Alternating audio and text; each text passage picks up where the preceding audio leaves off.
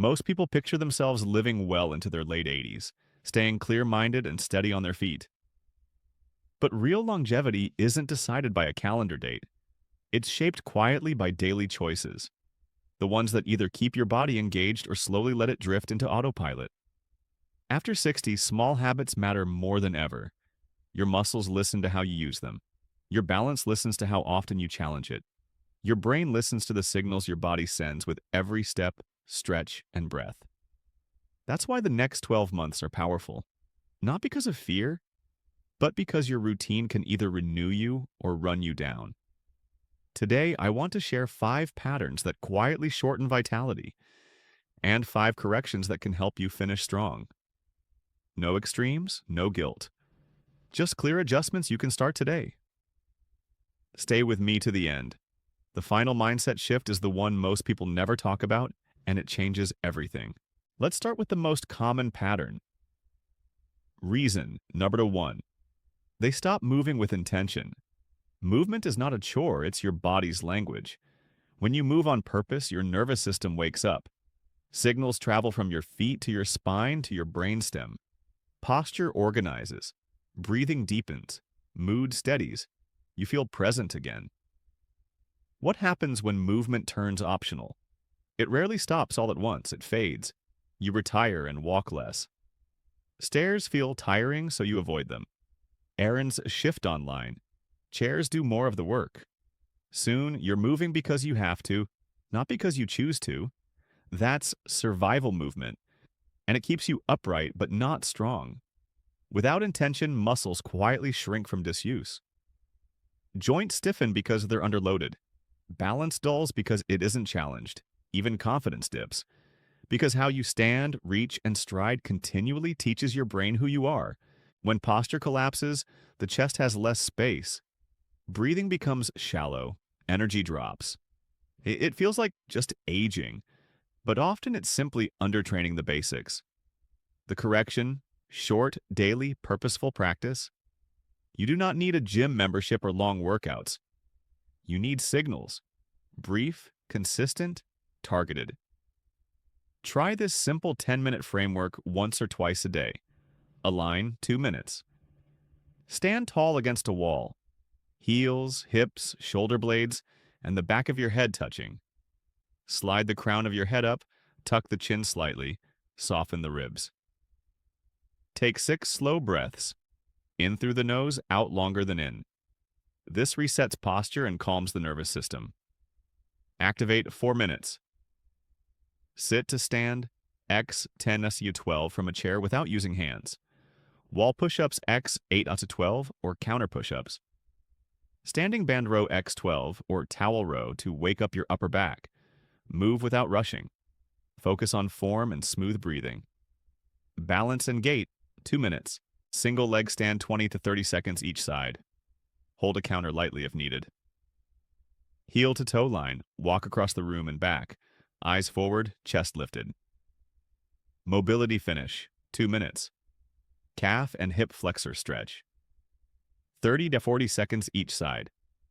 Thoracic opener, hands behind head, gentle elbows wide. Breathe into the upper back. That's it, 10 minutes. If you add a 15 to 20-minute purposeful walk outdoors most days, variable surfaces, gentle hills, you've just given your body the exact signals it needs. Load, alignment, balance, and breath. Make it automatic, not negotiable. Tie it to daily anchors, after brushing your teeth, before lunch, or right after your afternoon tea. Track streaks, not perfection. If you miss a session, start the next one. Keep resistance bands where you can see them. Friction down, consistency up. How you'll likely feel within weeks. Steadier on stairs, fewer stumbles when turning, deeper sleep from better daytime activation, and a calmer mind from regular breath-led movement. Remember, you don't move because you feel good. You feel good because you move. There's a quiet shift that happens to many people after 60. Meals become simpler, softer, and more about comfort than support. A slice of toast instead of breakfast. Crackers instead of lunch. Something sweet after dinner, just because. It's understandable. Appetite changes, chewing can feel tiring, and eating alone makes cooking less appealing. But here's what I want you to remember. After 60, food is not just enjoyment, it's momentum. Your digestion changes with age. Stomach acid often drops, gut bacteria shift, and your body may not absorb certain nutrients as efficiently, especially protein, B12, vitamin D, and magnesium. If meals lean towards soft, sweet, and low protein, the result is predictable. You feel full yet underfueled. Energy dips, muscles slowly thin out, and thinking feels heavier than it should. It's not just age. It's the message your meals are sending. The correction: eat for function first, comfort second. This isn't a strict diet. It's a new rhythm that keeps your muscles, brain, and mood supported every single day. The three-part plate: simple and reliable protein, the anchor, about a palm-sized portion each meal. Options: eggs, fish, chicken, Greek yogurt, cottage cheese, tofu, tempeh, lentils, rice, beans. Aim for 25-35 gram protein per main meal. Muscle is the currency of aging. Protect it. Fiber, excellent. Color half the plate in vegetables or salad, plus fruit with skin when possible. Rotate cooked options if raw feels harsh. Roasted carrots, steamed greens, sautéed zucchini, warm cabbage slaw. Smart carbs or fats. Choose one main focus. Carbs: oats, quinoa, sweet potato, berries, whole grain toast. Fats: olive oil, avocado, nuts, seeds. This balance steadies blood sugar and energy. A simple day that works. Breakfast: 2 eggs, plus sautéed spinach and olive oil, side of berries, green tea or water with lemon. Swap: Greek yogurt with chia, walnuts, and sliced pear. Lunch: lentil soup with carrots and celery, plus side salad, drizzle of olive oil, a few pumpkin seeds. Swap: tuna salad on whole grain toast, plus tomatoes on cucumbers. Snack, if needed: cottage cheese with cinnamon or an apple with almond butter, or a small handful of mixed nuts. Dinner: baked salmon or chicken thighs, roasted beets and carrots, simple arugula salad. Swap: tofu, gyusa tempeh, stir fry with broccoli, mushrooms, and brown rice. Hydrate mostly with water. Keep coffee to the morning. If juice is a habit, dilute it or replace with fruit. Gentle upgrades that change everything: swap cereal. Eggs or yogurt a few days a week. Swap white bread. Dense whole grain or rye, or a small baked sweet potato. Add a fist of vegetables to any plate. Frozen is fine. Add one protein snack daily if your meals are light. Cook once, eat twice. Roast a tray of vegetables. Bake extra chicken. Portion soups for quick reheat. If appetite is low or chewing is tough, choose soft proteins: scrambled eggs, flaky fish, Greek yogurt, cottage cheese, soft tofu, well-cooked beans. Use warm bowls: soup with shredded chicken, mashed beans with olive oil, soft vegetables with quinoa. Blend smoothies with purpose, not sugar: Greek yogurt, plus berries, plus peanut butter, a splash of milk, tamon, water. Keep them moderate, a meal, not a dessert. The 2-week fuel reset. For 14 days, try this simple rule: protein at every meal, veggies at 2 meals, water at arm's reach. Track how you feel: steadier energy, fewer afternoon crashes, clearer thinking, less evening grazing. Your body will tell you it notices. Magnesium, B12, vitamin D, quiet supporters. I'm not prescribing, just suggesting awareness. Many older adults feel better when meals regularly include magnesium sources: pumpkin seeds, almonds, legumes, leafy greens. B12 sources: fish, eggs, dairy, or fortified foods, especially important if you eat little animal protein. Vitamin D: oily fish, fortified foods, and sunlight where appropriate. If you're unsure, talk with your clinician about checking levels. Guidance helps. Comfort without the crash. Keep 2 comforts you love and just reframe the when and how. Have the cookie after a protein-rich lunch, not alone mid-afternoon. Enjoy a small pasta bowl with chicken and a salad, not as the sole dish. Comfort stays. Crashes go. What to keep in the kitchen? Short list. Eggs, canned tuna salmon, Greek yogurt or cottage cheese, lentils, beans, frozen vegetables, leafy greens, carrots, beets, berries, apples, pears, olive oil, oats, quinoa, nuts, seeds, whole grain bread. When these are in reach, good choices become the easy choices.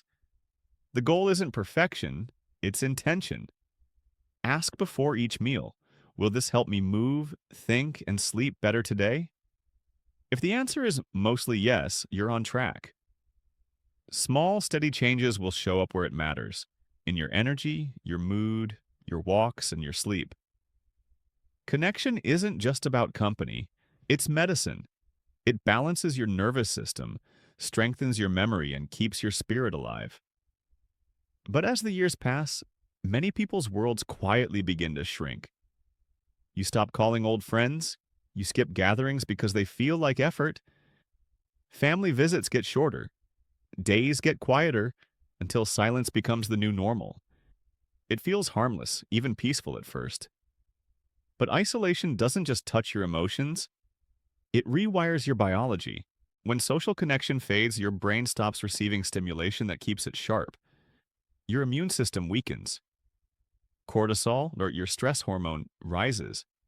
Inflammation creeps in.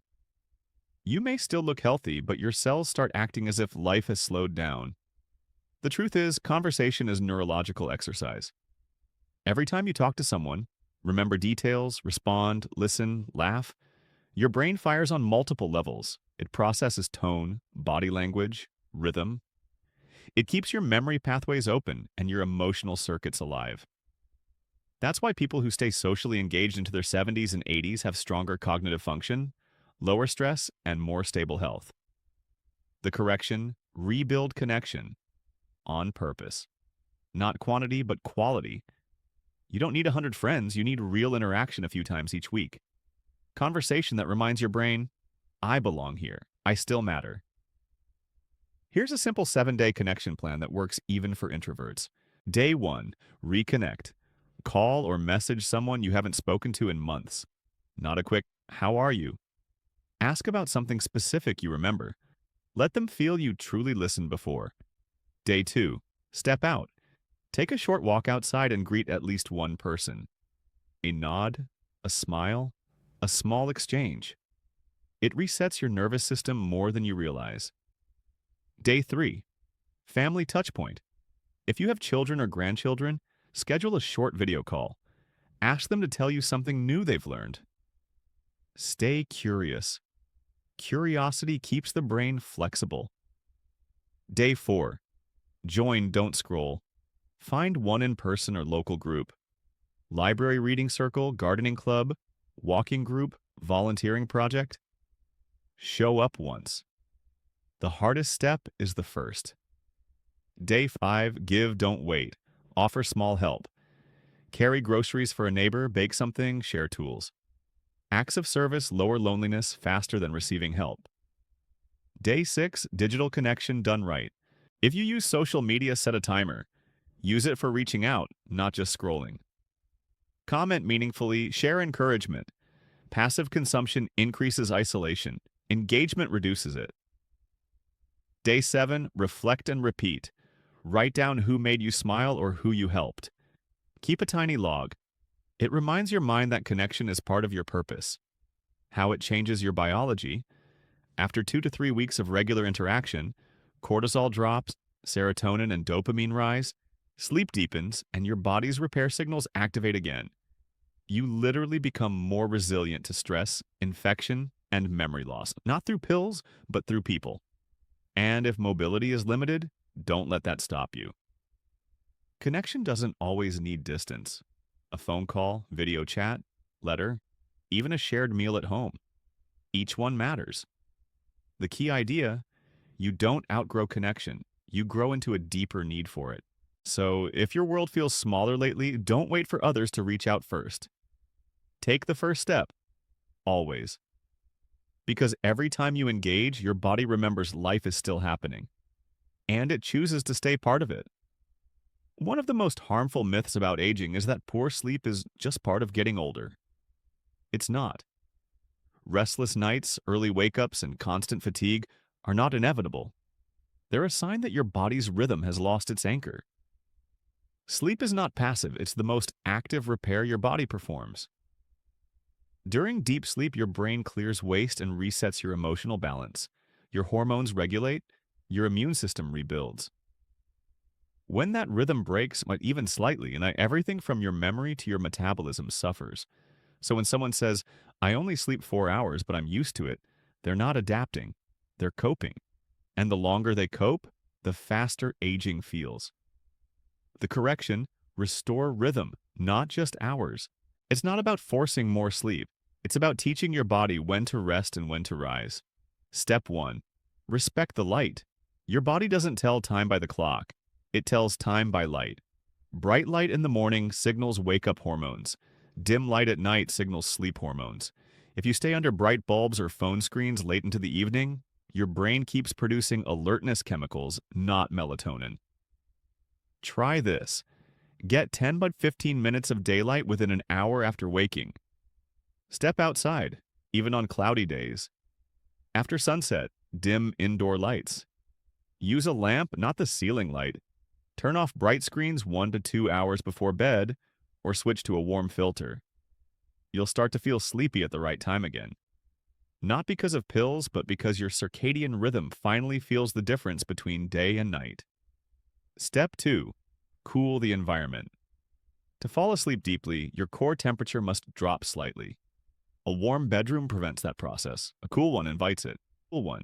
Research shows that around 18 degrees or 60 degrees is the sweet spot for restorative sleep. If you wake up sweating, restless, or tossing blankets on and off, temperature, not age, may be the reason. Step 3.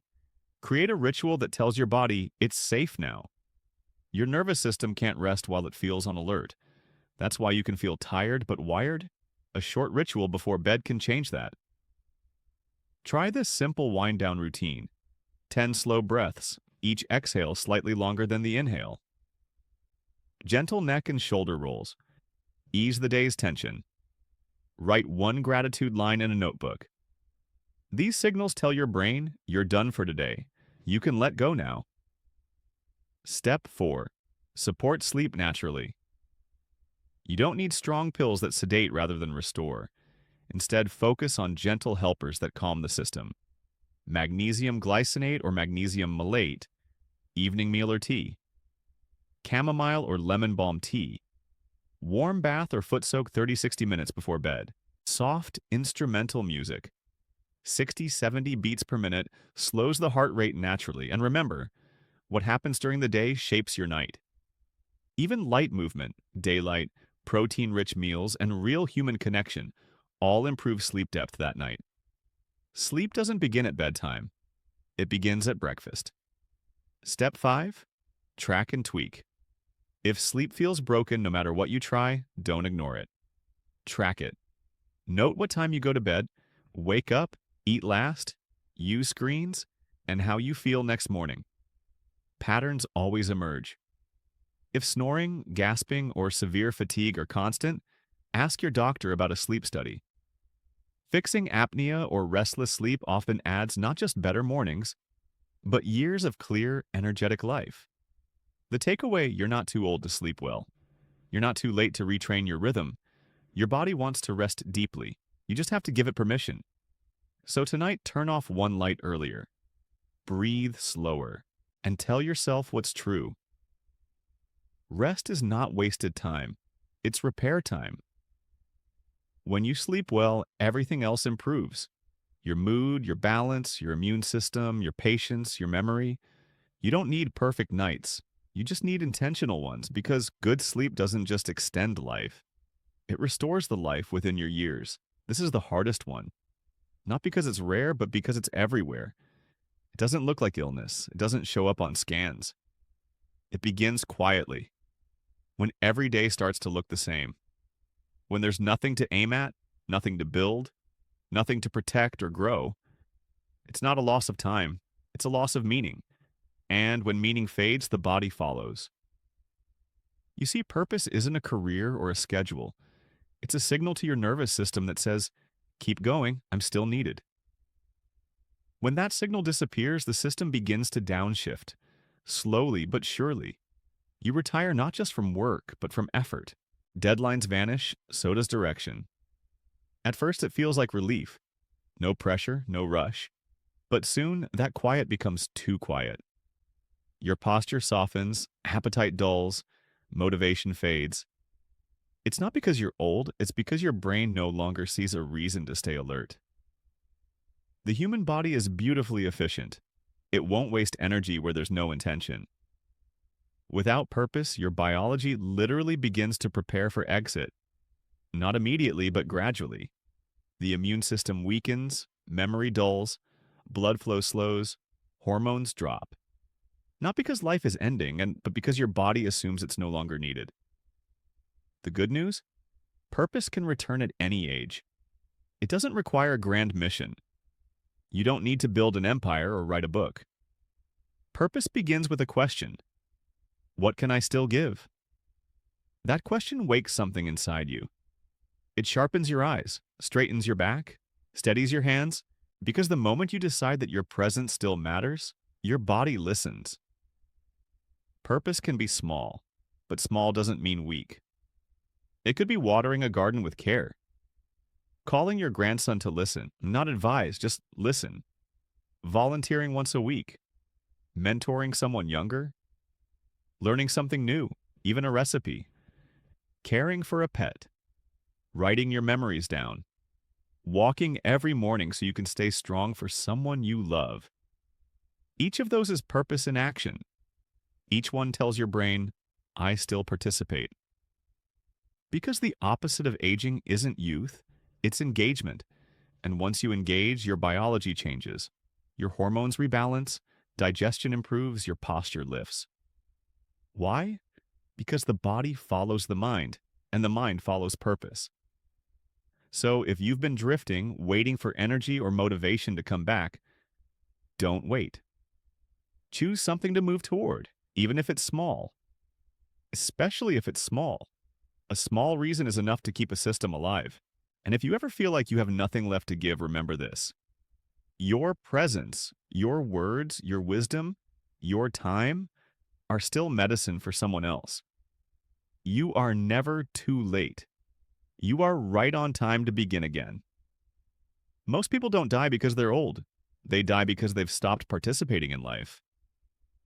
You don't have to join that pattern. You can move with intention, eat with respect, connect with people who make you laugh, rest like your health depends on it, because it does, and wake each morning with even the smallest goal that keeps you reaching forward. Life doesn't ask for perfection. It asks for participation. So keep moving. Keep feeding your body what supports it. Keep reaching out, even when it's easier to stay quiet. Keep resting deeply. Keep caring for something, someone, even yourself, because aging well isn't about resisting time. It's about staying awake to life until the very end. The clock is still ticking, but it's not counting you down. It's inviting you to show up again. So take that next step. Eat that real meal. Call that friend. Turn off that light. Write that one line in your notebook. And remind yourself of the truth. You are still here. You are still needed. And your story isn't finished yet. Please click the like button if this video was useful to you, or if it opened your eyes at least a little. Click subscribe to make sure you don't miss any information that may affect your health. Turn on the bell. Before you leave, please indicate if this video was useful. If not, enter 0.